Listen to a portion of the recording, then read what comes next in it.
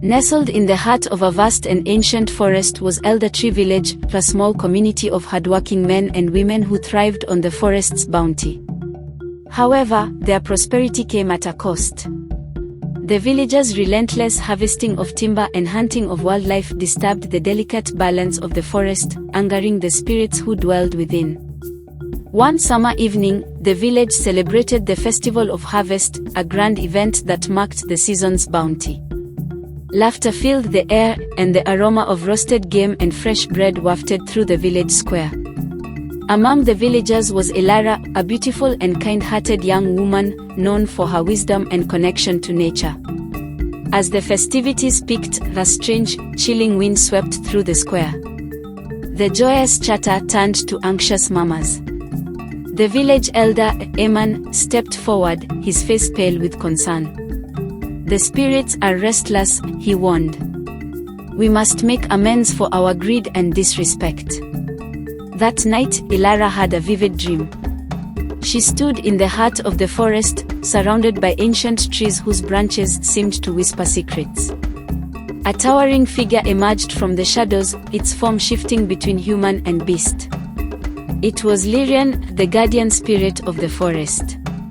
"Your village has taken too much," Lyrian's voice echoed. "You must pay the price. Tomorrow, you will be marked, and the village men will be bound to you." Elara awoke in a cold sweat, her heart pounding. She confided in Eman, who looked grave. "This is a dire omen," he said. "We must prepare for the spirit's wrath." The next day, as Elara walked through the village, strange symbols began to appear on her skin, glowing faintly with an ethereal light.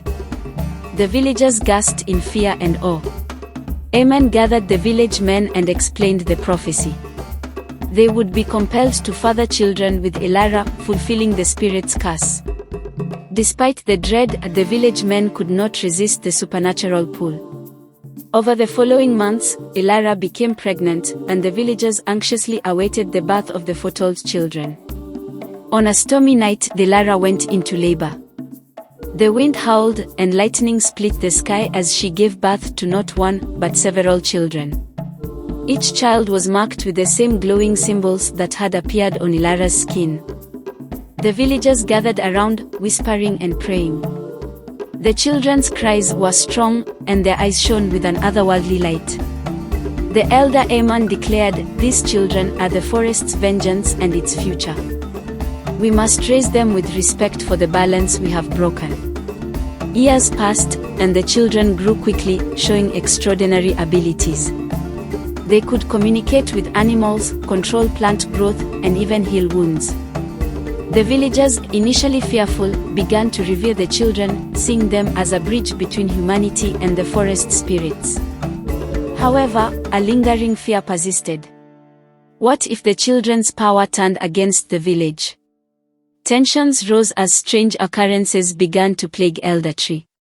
Crops withered mysteriously, livestock vanished, and the forest seemed to encroach upon the village more each day. One night, a group of men, led by a brash young hunter named Gareth, decided to take matters into their own hands. "We must get rid of those cursed children," Gareth declared. "They bring nothing but misfortune." Elara, overhearing their plan, rushed to the village square, pleading with the villagers to protect her children. "They are the forest's gift, not a curse," she cried. "Harming them will only bring greater wrath upon us."